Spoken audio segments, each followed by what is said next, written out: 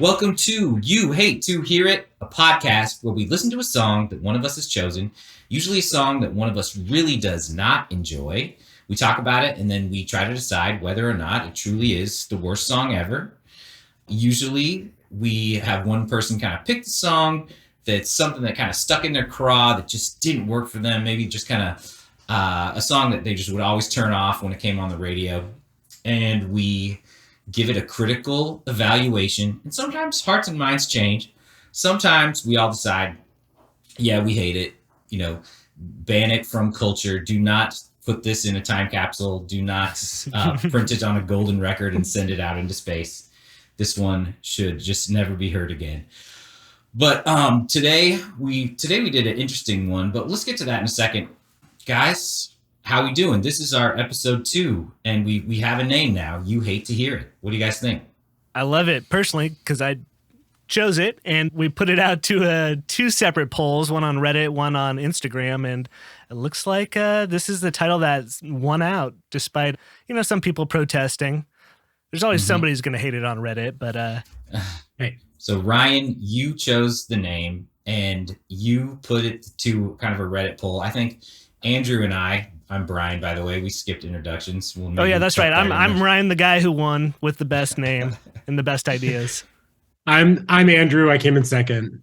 And you put it to this Reddit poll. And one of the things I saw on Reddit was someone that said to you, this is in the our podcast subreddit. One of the things that someone said to you on there was like, well, the phrase "you hate to hear it" is really just kind of just a passing phrase. In a few years, people won't know what that means. So it's kind of it's not timeless enough. It's just slang.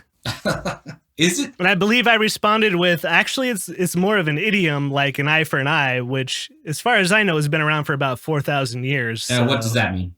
Yeah, never heard that one. It's an idiom, just like it was more of an eye for an eye. Oh, you're being sarcastic. It's a good idiom. I was being an idiot. So we are You Hate to Hear It, and we can just quickly go over our bona fides again. Andrew, why don't you start? Yeah, my name's Andrew. I'm a music lover, been playing music for 30 plus years, all kinds of different instruments, and just love music, generally speaking. Kind of a drum guy Yeah, when if you really want to get down to brass tacks. All right, Ryan, now what the hell makes you think that you have the right to try to take shots at kings like the man that we're going to try to take shots at here in a moment? Well, I guess I'm claiming the right because I have, much like the person we're going to talk about today, been playing guitar since I was about 10, 11 years old, been in multiple bands. I am a podcast audio editor as well as a video editor. I deal with sound all the time, and also have been a big bookhead for about the same amount as playing music. So really care about the lyrics and the tunes, and fucking am not pleased with the person we're about to talk about. Yeah, today, Andrew chose the song. And I think this was the first. No! Don't you put that on me, Ryan. Oh, right, it was Ryan. What was I thinking? I wrote down the wrong thing. How dare you, sir? Well, I'm letting my grief Muppet do a lot of my admin for me, and he just screws shit up. That's funny, dude. I put him down as the grief grimace. Well, before we get quite into that, just want to say it's good to see you guys after. It's been about a week now. It's felt like a fucking month for this guy over here.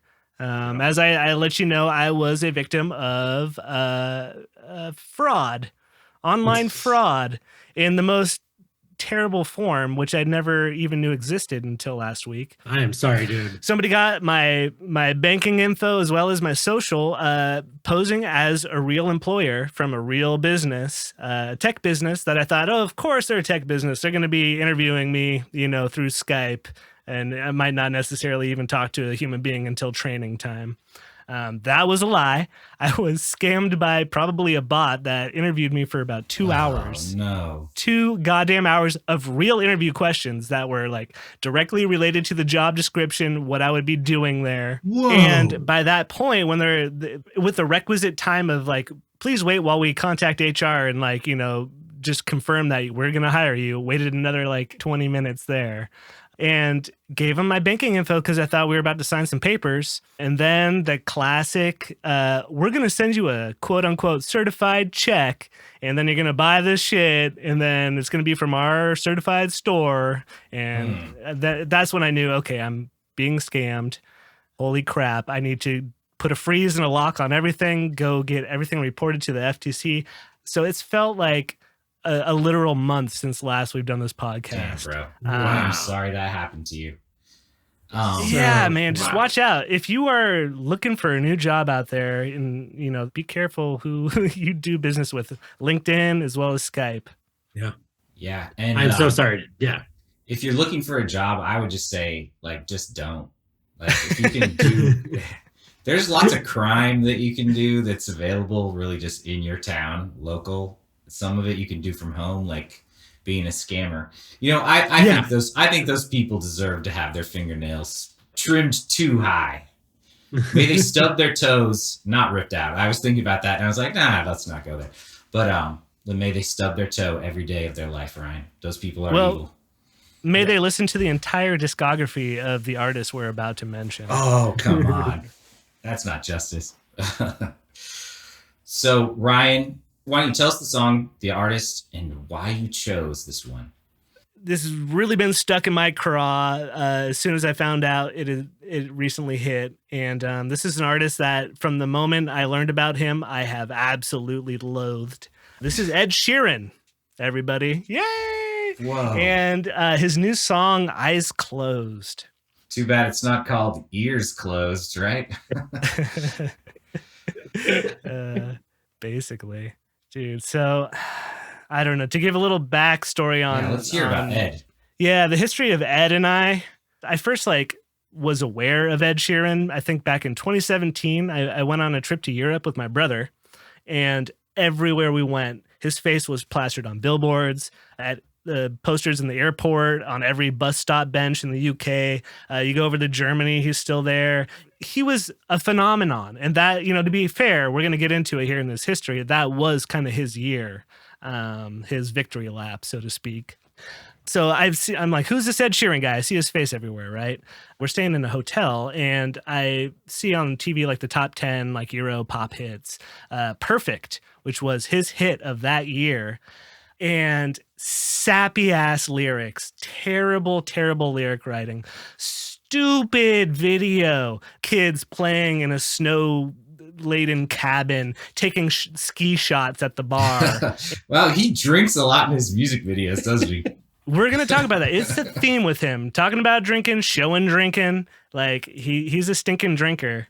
But what really rubbed me the wrong way, I remember watching this video, was there was a moment that he scripted in his own music video that he had this girl hand him a guitar in the cabin. He plays for her, and then she's just staring at his face crying because what he's playing is making her emote so hard. I was like, you wrote that. This is some weird, fucked up head game. I love that you're putting on this woman. He's like, and then how about she gives me a little kiss? I guess he's Irish, isn't he? Oh, and then how about I get a little kiss? I'll give you my lucky charm. Officially, he's one of the top Yorkshiremen. Oh, he's a Yorkshireman. He was born there and lived there for 4 years, but he claims the UK. Okay. Sorry, Ireland. Didn't mean to throw that at you. Yeah, come on, man. That's top of the morning to you. Anyways. Aaron Gabra or whatever. So yeah, that's how I found out about Ed Sheeran. Like, what about you guys? When did you first know this man existed? God, I mean, that Game of Thrones episode that he showed up in. Yep, that's exactly what I was going to say too. Like, I remember when that happened, and who's this dork? Yeah. Like, lots of people were like, "Oh my god, did you see that?" I was like, "I have no idea who." I just thought it was an actor, and not a very good actor. But yeah, the people were like, "No, that was Ed Sheeran." I was like, "Oh, okay, sure." So that was basically like a dad moment that you guys had, where everybody was talking about a guy that everyone already knew about. It's true, But I will take with pride that, like, a season before that, 2 seasons before that in Game of Thrones, like during Joffrey's wedding, I was like, that's fucking Sigur Rós. Like, I know that's Sigur Rós. And everyone was like, that's not Sigur. And it was like, watch the credits. And what do you know? That was Sigur Rós playing. So I will happily take that over knowing who Ed Sheeran is any day.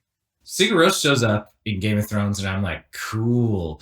This guy does, and I'm just like, man, we're stopping to sing a song. I heard the song. The raining on the Rains of Castamere. Heard it. Let's move along, people.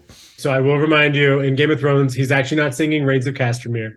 He's singing, because like Arya walks up and she's like, I've never heard that song before. And he looks at her, he's like, it's a new one. Oh my God. And then she cries and holds him. Yeah, and then she cries. She like hands him a guitar and he starts playing. And then she cries. But no, I mean, at least if he was going to be anyone on Game of Thrones, at least he was a fucking Lannister. Totally. At least he was a Lannister soldier. Strong Lannister vibes. So Ryan, you are not alone in feeling kind of an intense little bit of hatred. And I kind of scoured the internet a little bit today, and I really found two opposing views. And I'll share some things I found on the internet with you related to your man here. So these are a couple comments. This one's from Reddit. So do you think that these are going to be his fans or his detractors? Well, were you on r/Sheeran? Or I was on r/I hate Ed Sheeran. Yeah. Did you think that is not an objective source? It may be a little cherry picking, but let's hear it. So here's one that I liked.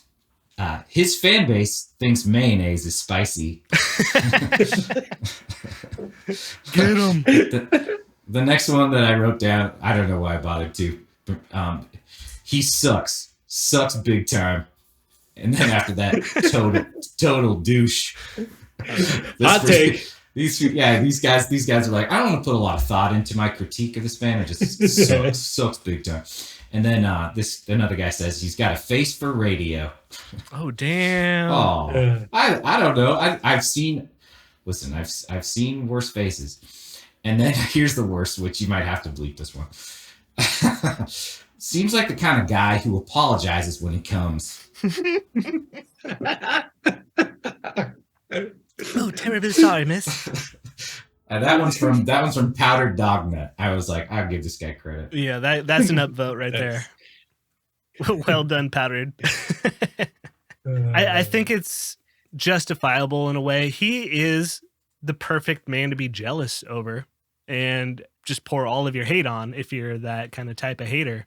Because he seems to have this crazy charmed life where, I'll be fair, he's put in the work since, well, we're going to get into it here. Since basically the age of 11 years old, he's been writing songs and putting out little albums and trying his ass off. He didn't seem to ever fail. He just keeps like meteorically rising through his trajectory. So let's get into it a little bit. I got a bit of a bio. I'm going to breeze through the first bit because honestly, when we get into his albums, it is a veritable laundry list of awards. I don't know if there is another artist in existence with as many awards, but hit me in the comments. Let me know that I'm wrong. I'm sure you will. Yeah, I mean, I'm just going to guess that Beyonce's won more awards than him, like educatedly. But yeah, keep going. Okay. Well, let's talk about his style. He's started off as a singer-songwriter, but he's really branched out. He's sort of a multi-genre artist at this point. He's messed with like folk, pop, kinda, sorta rap over folk, electronic. That's cool. Right? It's a super good look. And some R&B as well. So he's all over the place. I think that also lends to his popularity. So he was born Edward Christopher Sheeran in Halifax, West Yorkshire, on February 17th, 1991. Just a young happy lad. Belated birthday, Ed. Oh, hey, yeah, okay. So he lived there for about 4 years and then moved to Framlingham in Suffolk in 1995. That might seem like a really random thing for me to mention, but it will come up later. It's important to me in my jealousy. How deep does this rabbit hole go? First, this guy's born, then he lives in Fluggleflugum. Wow. Framlingham. Come on, get it fucking right. They're really gonna shit on you when you go over there. We might lose our fangligums. Let's see. He learned how to play the guitar at age 11. So this brings us up to high school where he starts writing songs. He begins recording music in 2004. And now this is age 13, mind you. So from there, we're going to jump ahead to 2008. He moves to London at age 17 and starts playing small venues. Fast forward to 2009, 1 year later, he begins studying music at the Academy of Contemporary Music, which is basically like a UK version of Berklee College of Music. So you're learning, music theory, performance, as well as the business side, how to really shill yourself out. Yeah, the Trump College of Music. That's what I say. Come at me, Berklee. No, just kidding. My friend works there. It's not a scam. It's mostly not a scam. Hey, props to Berklee College of Music. They gave me a scholarship to go to their summer camp when I was in high school, when I was a tryhard like Ed Sheeran. But dudes, the caliber of musicians at that point, there's a kid who slept with his guitar every night, went to the mess hall with his guitar strapped around him, eating his cereal while he was playing his scales. Come on. Give me a break. It's like, dude, come on. We're like 17 here, guy. We're just like trying to, bum some cigars from the shop and get laid if we're lucky. Anyhow. Well, no, but I mean, when I was in high school, when I was in college, I mean, I was that dedicated to drumming. I was beating off constantly. Excellent. In the mess hall. Yeah, it got messy. Summa cum loudly. Oh, my goodness. First time that joke's been made. I'm sure. The thing that about the holding the guitar all the time, though, and then Andrew's joke just connected the dots. So he's with the guitar all the time, sleeps with the guitar. So, I'm not borrowing that dude's guitar. Let's disinfect that. Yeah. You don't want to shine a black light on that bad boy. Oh, God. No. It's, a horror show. So he goes to this really cool school, kind of after already he's had some kind of success in London. No, he's really just striking out right now. He's put out his album when he was 13. He's like, I'm going to make it. I'm a musician. And he's really making a go of it. So he's 18 now. He's getting, some real music lessons at the UK Berklee, what have you. But then he drops out because he gets his first opportunity to work with a laundry list of different artists. And then the very next year, 19, he posted a video through SBTV. Now, this is a channel that was launched by British entrepreneur Jamal Edwards, English music entrepreneur, DJ. And this is important because he actually ties into Ed Sheeran's motivations behind the song, which I'm going to argue are not entirely genuine. Whoa. So this is his big break, though, when he links up with Jamal. They become fast friends. His career is now starting to launch online. He's really picking up. Getting the likes. The likes are accruing. And this is early 2010, that was the time. You're gonna blow up in a big way. So that very same month, Sheeran released his critically acclaimed Loose Change EP, which featured his future debut single, The A-Team. I'll be honest, I didn't listen to it. No, but Ryan, how can you say that you don't like Ed Sheeran? I remember you telling me that I needed to understand this loose change. You were always talking about loose change back in the early 2000s. Remember how it was 9/11 was an inside job, all that stuff? Sheeran had a lot of good ideas. It's true, and he was very convincing. But when I stopped being a child, I had to put away childish things. I had to tuck those towers back into my toy drawer. Yeah, no kidding. Let's see here. So I haven't even gotten to the albums yet, so let's really blow past this. Dude, this guy is like a hit machine. He's had this song, which is coming off his forthcoming album called Subtract, which is one of my favorite mathematical operations, so I appreciated that name. It's his 14th bestseller official in the UK, and it's only 1 week short of beating Tony and I's 11-week run with Dance Monkey, which I think sounds like a pretty cool song. I want to check that one out. That's definitely going on the playlist. But so did you, in all this research, which I assume that you just had a chatbot do? ChatGPT definitely helped me out with that one. ChatGPT investigate Ed Sheeran. So did you find and 9/11 the two scans? Yeah, at once, mix them together. Did you happen to notice his two scandals that he's been involved in? Because most people kind of say, Ed Sheeran is he's a good star because he's not problematic. Often when you like a pop musician, you love him, and then you find out something about him, and you're like, oh man, now that guy's like a problematic like for me. Are we talking about musical rip-offery, or are we talking about like more like a behavioral thing? Well, there's two. So the first one you just mentioned. So he does have some copyright infringement claims, and Yes. I listened to a video that had a little side by side, and I was just like, oh man, you have stolen a song. But you know what he said about that? He said, coincidence is bound to happen. If 60,000 songs are being released every day on Spotify, that's 22 million songs a year, and there's only 12 notes that are available. Just 12 and that notes, is man. his cardinal sin, is only thinking there are 12 notes. You know, he should have stayed in music school. Yeah, exactly. Is what the problem is. He learned his 12 notes, and then he's like, okay, that's it. I quit. Just 12.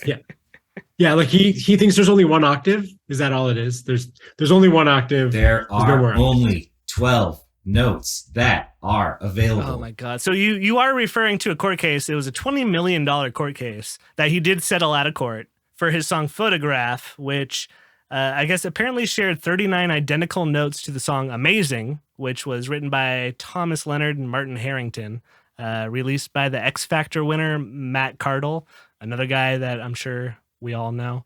Well, you'd probably love absolutely. to be as famous as Ed Sheeran. We should probably talk about just like some of the awards he's won. Okay. Mm-hmm. Just like, let's give a sense of just like how crazy popular Ed Sheeran is. Accolades. Up the Yeah, union. so let's see. His first album in 2011 plus topped the UK albums chart. 2014, Multiply, his next one. You're going to notice a mathematical theme kind of going a here. math guy. Got a little math whiz on her hand. Second best-selling album worldwide of 2015. Album of the Year at the 2015 Brit Awards. And then we jump 2017, Divide. Whoa. He's going for it. Dude, he's what's that movie? A Simple Mind? No. A Brilliant Mind. A Beautiful Mind.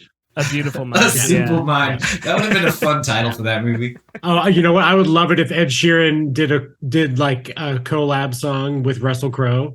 That would be amazing. Oh, Russell Crowe has a band, dude. Russell Crowe's just as great of a musician as Yeah, Ed Sheeran. aren't they called the White Crows? I don't know. Actually, at one point I did know what the name of his band is. So, anyways. Maybe we could get Bruce Willis in there too. You know, just one last harmonica to fade off into the sunset. I'm going to cut that out. I'm sorry, guys. Yeah. Poor man. Yeah. So anyways, and then he kept winning. He kept winning. We're now at 2017 when he released Divide, which was the best-selling album worldwide of 2017, which is when he also became the first artist ever to have two songs debut in the U.S. top 10 in the same week. So Trump gets elected president. Suddenly, Ed Sheeran's on top in the U.S. Connect the dots. Well, he also happens to have a striking resemblance to another politician that was elected right before Trump by the name of Boris Johnson. Mm-hmm. He's got that like messy hair look, you know, just woke up trying to fuck over the world kind of thing. So The messy hair, evil kid club. You know what? I'm going to skip about 2,000 accolades in between there and the next. And that basically brings us to some just all-time best awards for him here. We're looking at Songwriter of the Year twice, which really chaps my ass. Sheeran received the BME from Prince Charles, then Prince Charles at the time, at Buckingham Palace. And then he was named a Baron of Sealand. Do you guys know what Sealand is? Are you familiar with Sealand? Yeah, that's where like the Scientologists will take you to like kidnap you after and brainwash you and stuff. Basically, yeah. It's probably one of the few places they can still moor their ships in Europe without getting chased out with pitchforks and torches. It's this freestanding structure in the middle of the ocean that's been contested over the years, but the UK owns claim to it at this point. I think that's where some pirate radio went down back in the day, which was super Cool. pretty dope. So yeah, he's got his own like little like lawless principality out there in the middle of the ocean that he is the official Duke of. Lord knows, speaking about controversial things that might be going down, I'd imagine they happen there, his own private little St. James, if you will. We've given him too much power. We have. Let's see. Let's just top it off. 4 Grammys, 5 Brit Awards, 6 Billboard Music Awards. I think all the like Nickelodeon awards you could ever ask for. Oh man, He's probably been slimed about 50,000 times. And this one just gets me, man. He's considered the 4th greatest Yorkshireman ever, behind Monty Python's Michael Palin, Sean Bean, and Patrick Stewart. Then comes Ed Sheeran. Man. And he was there till he was fucking 4 years old. Like, he's not he was a Yorkshire baby. They're claiming him just like they claim that pudding. Yeah. Am I jealous? Absolutely. And everybody liking him over, say an artist with a little more personality or, some kind of talent. But yeah, why didn't like Kurt Vile like blow up like this when like his songs are like way more interesting, but also very like digestible. And I think some of it's like poppy enough. But like, I think, we're going to find a bunch of artists who should have replaced Ed Sheeran. And that, dude, Ryan, people just want that candy. They don't want to have to chew on stuff and digest it or like feel uncomfortable like at all. They just want like absolute candy.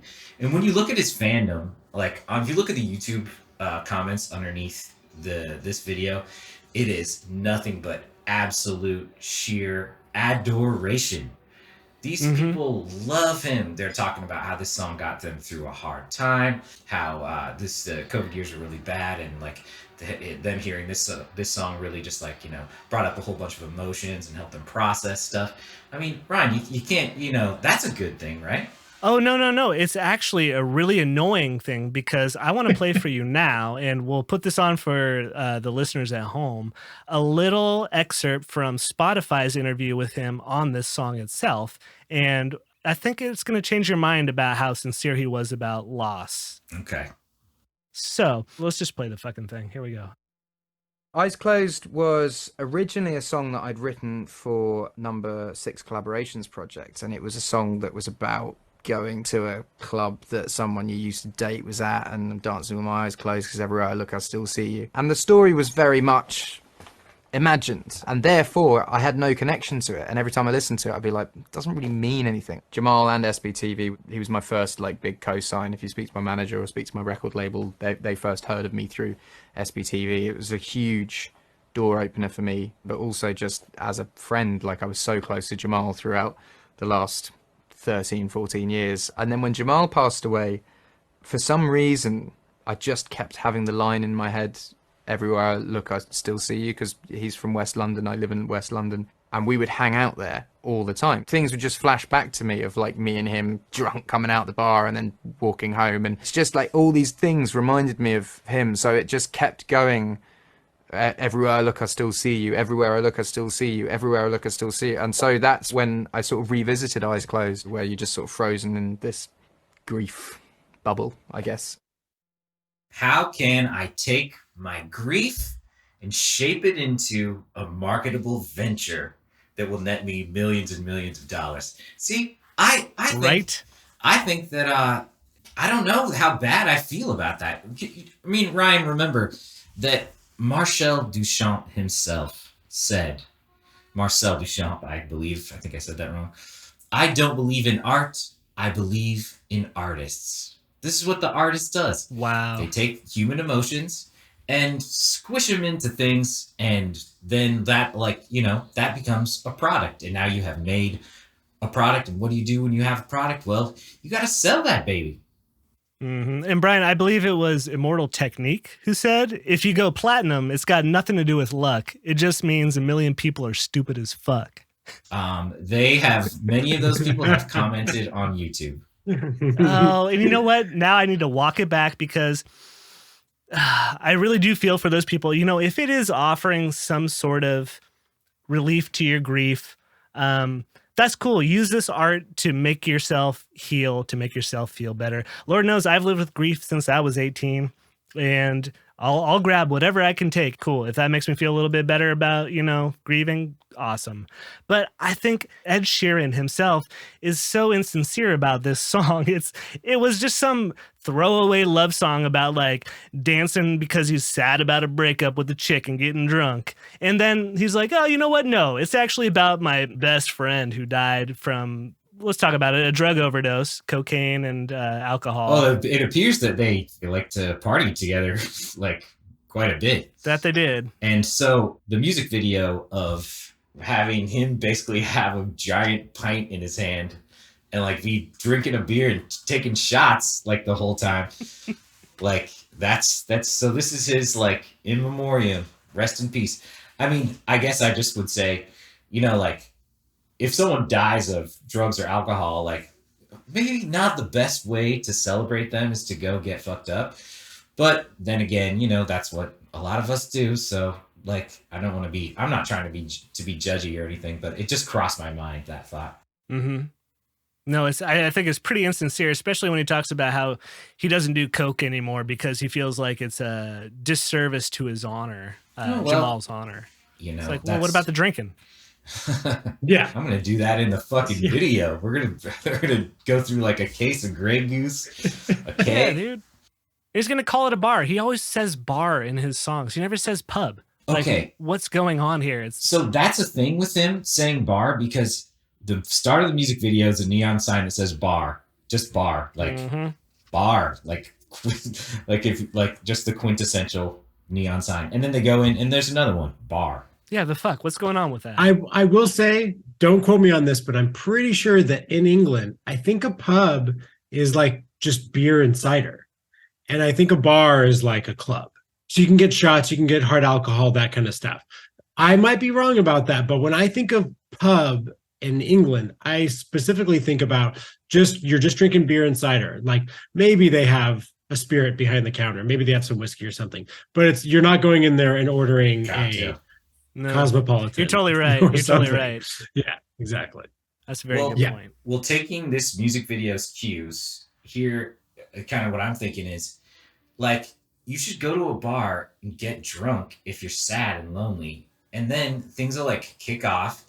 And before you know it, you're going to end the night like with your car in a lake. And then everything pretty much will work out fine after that. Like I wasn't exactly sure about the timing. We start with the car underwater with him just basically there underwater, like sitting still. And, you know, it's really important for all the listeners. Like I would just say, you know, take a time out for just a safety break. If you find yourself in that situation where you're in a car that's underwater, filling up with water, it's important that you stay put so that rescuers can find you. Keep your seatbelt on. You really don't want to get swept away with the current. Well, an underwater crash is even worse, right? Exactly. That was confusing to me. Like he's having a flashback after he's drunk driven himself into the river. So this is like his dying hallucination. Oh, I thought that then he like got out of the car and like was like, well, better go to the bar. Because that's what happens next. Damn, I could use a drink. I just threw my car into the river. There's really no good way out of it, yeah. So we had about 15 seconds of the music video before he's like, I gotta have a beer. And now he's got like a big pint of lager in front of him. Mm-hmm. And is this about when we get introduced to his awesome new mascot? Yeah, the big blue Squishermellow. Yeah, I think in the beginning you called him a grief puppet or something like that. I thought of it as a grief muppet. Yeah, grief muppet. And I wrote down here he was like a giant grief grimace from Yeah, totally. Like it was it's a very silly visual metaphor, which I think that's kind of supposed to be like kind of funny and clever. They're like, oh yeah, you would think of grief as like, if you had to visualize it, maybe like, I don't know, a big black bunch of ooze that was just like flowing on top of you all the time, or, you know, something kind of less appealing than, oh, it's just kind of a big fun fuzzy monster that then by the end of the video is like 20 feet tall. Yeah, honestly, he terrified the crap out of me. Just eyes, no mouth. I don't know why I made the mental connection in my head of, did you guys ever read Harlan Ellison, any of his short stories? Oh yeah, I have no mouth, but I must scream. That is what immediately came to my mind, which, you know, is basically a story about like this AI mastermind torturing the last remaining 3 humans on the planet Earth, or whatever, 5 humans, just out of pure spite and malice. I don't know why that resonated so much with me. Oh, I do, Ryan. I can see right through the psychological shield that you're trying to put up right now. the mean AI from the short story, that's Ed Sheeran, and the people who have no mouths yet must scream, that's you. You believe that Ed Sheeran is personally doing this to you to torture you? Is this like it's a Truman Show? Yeah, That you are the star. I think you got it on the nose. You got it in one right there. And so I see where a lot of this vitriol is coming from. Yeah, this is interesting. Lay down on this couch. So at the bar, we see the grief puppet. We see Grimace, and then he just sees it and he's just like meh. And then he starts to do a little dance with some of the bar people. And if you guys looked at some of the background actors, man, these guys don't really look like they're having fun. Like, I think he was just like, well, it is a song about my friend who died, but we are going to be dancing and taking shots. So look like you're kind of having a little bit of fun, but not too much fun. The people were kind of just like swaying and just kind of like, while Ed Sheeran is just like, sucking down shots of VOD, potato water. Smile with your hips, not with your face. Yeah. And do not look Mr. Sheeran in the eye. You will be let go from this video shoot. Then he goes into the bathroom, and I think that he's thinking in his head while he's in there, like, oh man, like, we used to blow so many lines in this bathroom. But not anymore. But it's a relatively clean bathroom if you are going to use it for that purpose. And that's pretty much it. We go underwater, bar, bathroom, and then the final part of the video. What'd you guys think of this? This was kind of supposed to be like the big, feel better part. Oh, you mean him just standing on the pier where he should be overlooking his drowned self? Well, on the walk to the pier, he starts walking by other people, and they have their own special individual grief squishamallows too. Oh, that's true. Yeah, they do. Mm-hmm. And so he's kind of seeing like, everybody is carrying this horrible weight around with them. Like, hey, everybody's got a story. You know what I think he was thinking right there is just merch. I'm gonna fucking turn these into keychains. These are gonna be plushies on everybody's bed by fucking December. Little sheeny babies. Yup. I kind of like the one with the single eyeball, the little like a white cyclops, like with like a snowy mountain. I might get that plush for Christmas. To be fair. Yeah, for sure. The low depth perception grief Muppet. Did you guys see one of the other grief Muppets was standing next to a man who looked like he was on a walk, and the grief Muppet actually had like a big red leash around its neck. And none of the other ones did. I was just like, this guy's getting into some kinky stuff with his grief people. Yeah, this is shame Muppet, I guess. It's fine. I do not hate. I do not kink shame. As long as there's consent. Well, obviously he's got a complex about it because it's grieving him in some form. He's got some weird sexual hang up. Yeah, that's intense. That's above my pay grade. What a poor fella. But then we end on the pier. The grief Muppet is now like 20 feet tall. And is kind of staring down at him. He's like, and now I'm going to eat you. The end. You must go back in. So, like, not really a comprehensive story that, like, I could discern. If I was going to rewrite that, I would have just cut out that whole last pier scene, and I would have had everybody with their grief Muppets all gather in the middle of like the square or whatever and like celebrate the fact that they all had some pain together. Like that would have been way more poignant. Yeah. Would have like served some sort of purpose. And like they all just kind of danced together in the end. That would have been just cool. like freaking, like just like daggering each other. On the cobblestone. So like something kind of between like Blind Melon No Rain and like Aphex Twin Window Liquor. Like something kind of in between. Yes. Mm-hmm. I like it. This guy needs to take more notes from Window Liquor. Everybody does. Everybody does. Truth. That's the song that'll never make it into our podcast, unfortunately. No. Yeah. Because I believe we all love it too much. It's unanimous. Unless we play the stuff at the end that like we love. So we got our recos. Ooh. Yeah. So musicality. I don't know if you guys knew this, but the guitar technically is a percussion instrument. So our percussion expert, maybe you can weigh in. What do you think of this kind of it's kind of a beady little, it's just kind of a little beat. Yeah, I will say, lyrics aside, I did not hate the musical side of this song. I thought the beat was actually pretty good. It was enticing. I did feel like they did a pretty good job, like the production of the song. They did a pretty good job of mirroring the like lonely emotion in the music itself. So like there's no overdubbing of his lyrics. His lyrics are just single track. So which makes him sound alone when he's singing. I appreciated that even when the chorus drops, there's not like a wall of sound or something big. He still kind of sounds like he's alone. He sounds like he's kind of singing alone. It's just low end on it. There's not like some kind of like catchy synth pop melody line that comes in. Like it's pretty just kind of nice and open feeling. And then I will say that I like the kind of pre-chorus part of it where he's doing the kind of triplet rhythm over the sort of like, I don't know. I thought that like the song construction itself was pretty good. The lyrics, whole other beast, absolutely.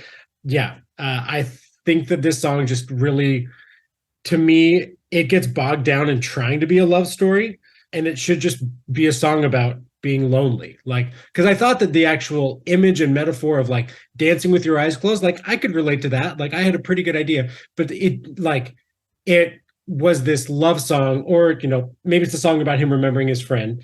Okay, but I think most people are going to hear this song. Yeah, it is. Yes, not. exactly. He got dumped. Exactly. Most people are going to hear this song and think that it's a song about getting dumped. And that's the broader appeal of it. And I think it just totally flails in that regard. But musically, I actually give the song, as far as pop songs are concerned, I'm going to give it a solid like C+, B-. So that's my take. Yeah, I'm right there too with the music. I was like, it's harmless. I think it definitely evokes something. I mean, you can kind of, and it's kind of a nice steady like thing what he's doing on the guitar in the beginning. It's simple, it's easy, it's not too busy. It's like just a good little pop.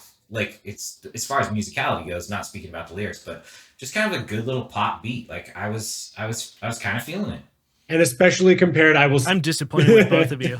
I'm going to say especially like I feel like I probably would have had a lot more to say about some of Ed Sheeran's other songs. I feel like of the top 5 that are on Spotify right now, because like in preparing for this, I listened to like all of those songs, and this song was by far to me the least offensive of any of the other songs that he's hit it big with. Songs that have like 3 billion listens on Spotify, which is just crazy. Like this song, I would listen to this song 999 times out of 1,000 versus any of those other songs. Okay, sure. Relative to his other terrible songs, you might enjoy this one more. Absolutely. Like this is just a repeating descending line, D major, A major with C sharp in the bass, B minor, and then go to the 4, G major. Doesn't change. They just throw in a little bit of that club bass, like boom, boom, boom for the chorus. And then, in my humble opinion, I think he's just biting Wrecking Ball for the chorus. Dude, I have been singing Wrecking Ball to myself since I listened to this. Why? Now that you totally dude. came in like a which is a far ball. superior song lyrically, the vocal melody, just the content of what she's singing about. The Wrecking music Ball, video's better too. fucking amazing. You know what? I'm gonna go out on a limb here and say I enjoy Lit far better, the song we covered last week, than this song. I think it has more dynamics in its music and in the lyrical construction, even though I think it's basic as hell too. That's just one man's opinion who's jealous of Ed Sheeran. Fair enough. That was such a great connection. Oh my God. Yeah. Now I'm just like, man, am I even in charge of my own mind? Yeah, he's like just making you think of other songs that you like better than his, and being like, "Oh yeah, I love Ed Sheeran. He did Wrecking Ball." I love Ed Sheeran. He always makes me think of good other music. Like, yeah. Oh, he did that song amazing. Oh wait, no, I mean Photograph. I mean, oh wait, how much did he pay out of court for that? As far as the lyrics go, we've got some songs about grief. In the history of the zeitgeist of pop music. And I sat down and I was thinking about them. And I was like, what are the songs about grief that this one is it's trying to punch in these songs' league. So we'll see if we think that it did it. But there's Puffy under the name Sean Combs, I'll Be Missing You. That's a song about a lost friend. That was Big Papa. Should we take it back one iteration before he made that song? It was sort of. Did he do another song about a friend who died? Well, that wasn't that Sting song or The Police? Yeah, but that's about a did they stalker. cover that? But that's about a stalker. That's not about. Yeah, I wouldn't. Yeah. Yeah, that's like a good grief song. Yeah, no, like that song's called "I'll Be Watching You." The original song by The Police is called "I'll Be Watching." You. Not "I'll Be Missing You." Okay. Yeah. And okay, I stand corrected. No, you're good. So yeah, they took that song and kind of did their own thing with it, and it was amazing. Hey, once again, a great moment to point out the parallel in terms of like opportunism with loss and grief. Just go ahead and like put that out there. Oh man. Yeah. Dude, Sean Combs was really good at that. Oh yeah. And then another I'm kind guy. of scared to talk shit about that man. We should not do any puppy. No, that's a great guy. Oh yeah, cool. I love Sean Combs. Absolutely. Yeah, Dude. He's a mensch, man. If you could see me right now, I am dressed head to toe in Sean John that I paid full retail price for. Absolutely. So just putting that out. Why is it spelled SHAWN? That's not right. And then the other big song about grief that I thought of, which was one that another one actually that I heard only in my parents' car, was Eric Clapton's "Tears in Heaven." Yeah, I would also put "Candle in the Wind" in that. Oh yeah, even though he didn't actually, he didn't know Norma Jean, but he still. Yeah. Oh right, it was about Marilyn Monroe, not Princess Di. Yeah. I forgot about that. Oh my God, another amazing moment in opportunism. You kidding me? Yeah. Wow. Oh, he sold that song twice. He was just like, he's like, Elton John was like rubbing his hands together. He's like, oh, Princess Di just passed away. I bet I could break out this old chestnut again. This is economical. I love Elton John. If you could see me right now, I'm wearing 100% Elton John clothing. He's like, I've absolutely got nothing against Elton John. So, yeah. Elton Sean, it's your mashup. Whoa, those two totally could work together. So what I mean to do is just say to you, Ryan, that this is a tradition, of musicians and artists and pop music, like taking a tragedy and turning it into a fungible. Oh, I agree 100%. It's just this man failing upwards once again with his own little 9/11 that is gonna break fucking record sales. I'm sure he's gonna win like God of the Universe award by the end of 2023 from And this song is just, even though I guess we're kind of getting into judgments now, but like I don't think I'm gonna say that I really hated this song. I thought it was totally fine, and like I also liked the reaction from all these people to say, I have been through all these people that I'm reading. They're just like, I've lost people, and this song really helped me. And so for that reason, I'm going to give this song a total pass and say, Ed Sheeran, even though there's one guy out there that wants to send you into outer space and launch you in a rocket to the sun, I don't think you're that bad. Keep doing what you're doing. Unless, Ryan's mental health severely deteriorates due to that, in which case I will ask you to stop. This is a slippery slope, my friend. We're setting a dangerous precedent for letting songs like this slide. And once that happens, it's just the AI will take over and turn us all into food. So you go with that. Well, actually, we should save you for last because this is your recommendation. So, Andrew, what's your judgment? Final judgment on the song. This is you're banging the gavel here, dude. Yeah, I mean, I'm going to be a little harder than Brian on this song. I'm definitely going to I would not leave it on the radio if it came on. I would happily change to another station. But in the spectrum of pop songs that I've heard, in the past 10 years, I'm definitely not that in touch with pop music right now, but in the spectrum of what I've heard, this is, I would say, middle of the road. It is not good pop that I've heard, but it is not the worst of the worst. So happily not listen to it, happily move along. Yes, we'll probably judge someone that tells me that like Ed Sheeran is their absolutely favorite artist. I would be like, yeah, okay, that's fine. Oh God. Yeah. There's a oh God, yeah. Yeah, there's a shallow pool over there. Go play in it. That's fine.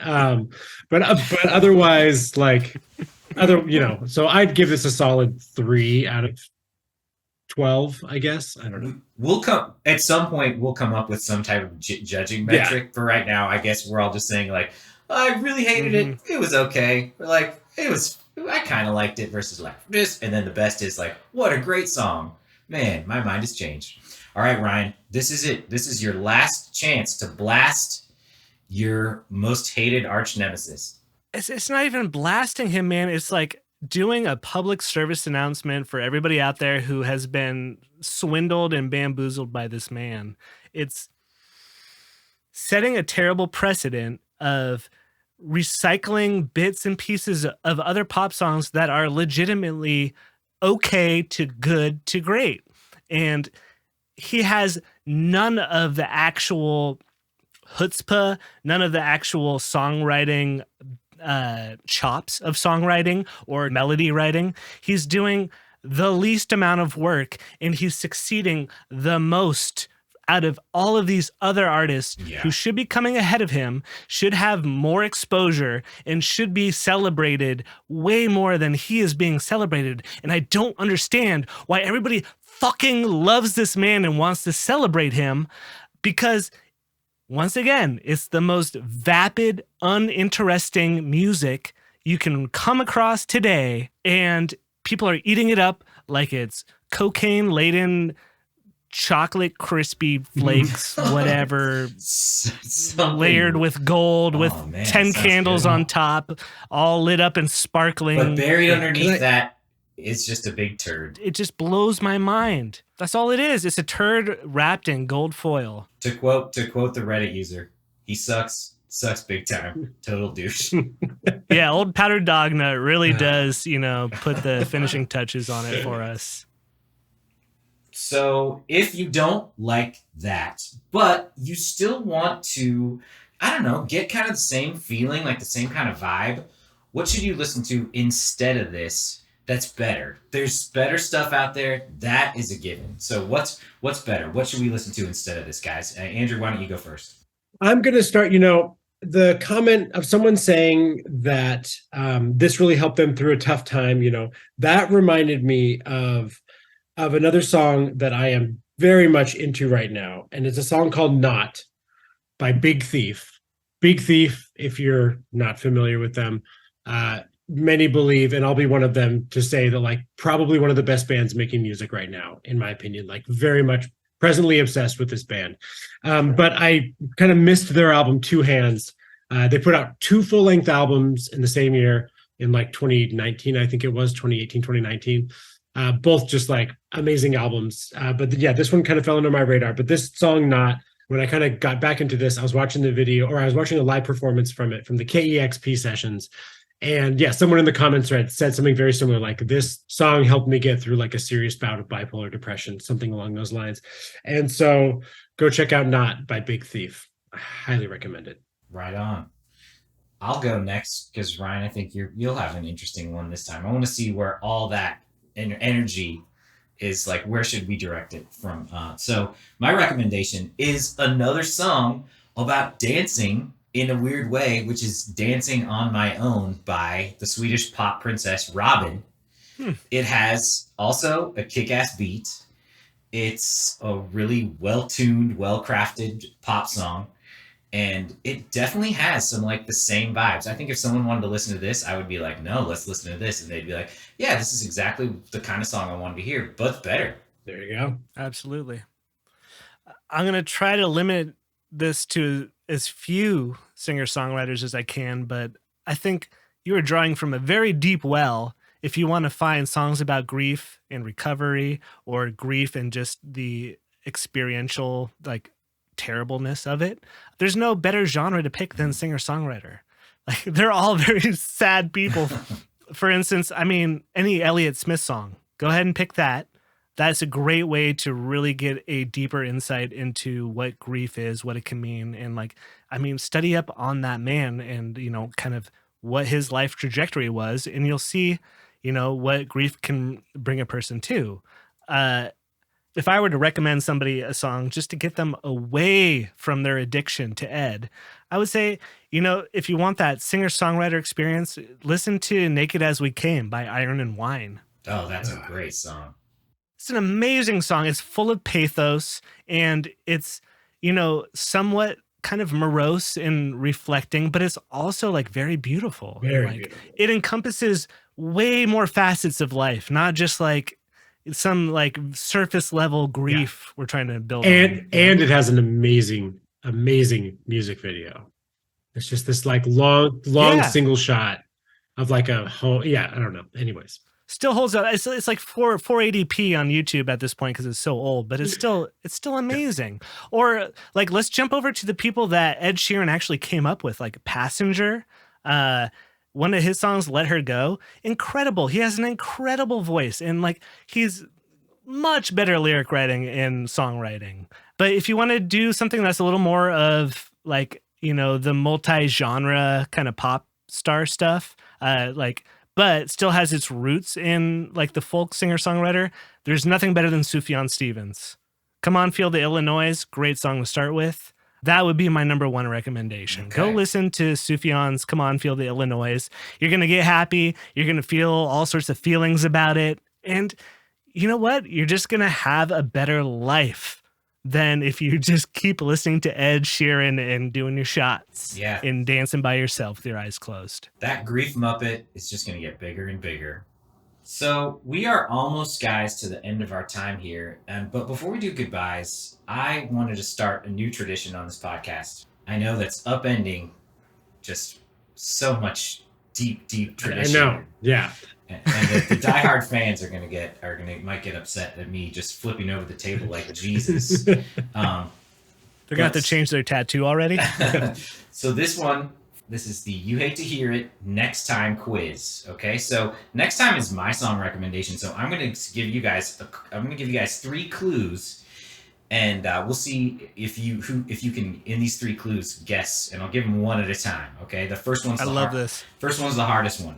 This song features the Harajuku girls and the star causing mischief in Van Nuys and Reseda, California. Andrew, you better not be Googling over there. Hands off the phone, sure. Whoa, that is cheating, dude. No, I'm just taking notes. This is your AI chatbot. Find me this. I'm gonna try to narrow it down to the band at least. I'm gonna say Blink-182. Okay, no, incorrect.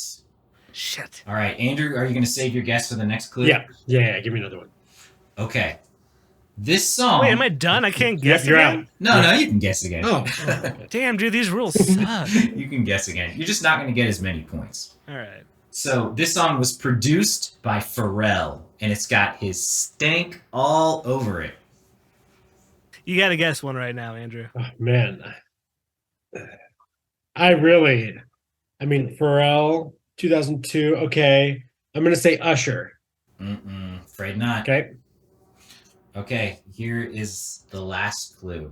This song, written as kind of a stadium anthem, features the spelling of a particularly potassium-rich fruit. Wow. Well, until then, I thought it was going to be Let's Get It Started, which was a new title of a very un-PC title from Black Eyed Peas. That has fruit in it too, right? Apple D Dap. That guy's kind of got an apple name, a fruit name. Bro. No, but I believe I don't even know the artist, or I just know the hook. BANANAS, that chip bananas, something fucking something. You can't come up with the artist? No, dude, no. Okay. I don't listen to bad music. Come on. You've probably heard this song before. Well, should I say it or should I just leave it as a mystery for next time? I think you'll have to listen to it next time to get that one. Yeah, you'll have to listen next time. Yeah. And if you got it, get on our Twitter, which we will I'll be booting that up this week. So we'll get a Twitter, we'll get an email, and maybe we can start taking some fan questions. Yeah. Yeah, you know what? And also, if you got it, you really need to get on our playlist that we're going to make for you of better music to be listening to and ways to spend your life. Yeah. Well, let's get off this stupid call, and I'm going to go waste the rest of my night. Okay. Well, in that case, I guess it's time for goodbyes. All right. I am Andrew. I'm Ryan. I'm Brian, and thanks for listening. Woohoo! Hey, remember, we might not love the songs that you do, but that doesn't mean we don't love you. Yeah, we love you. Yeah. Thanks for listening, guys. Just don't accept that invitation for the online chat bot interview. Just don't do that. Good life advice on You Hate to Hear It. You know what? I would rather get scammed out of my social security number again than listen to the entire discography of Ed Sheeran. Oh, man. Those are... Fair enough. That's an authentic take. All right. All right.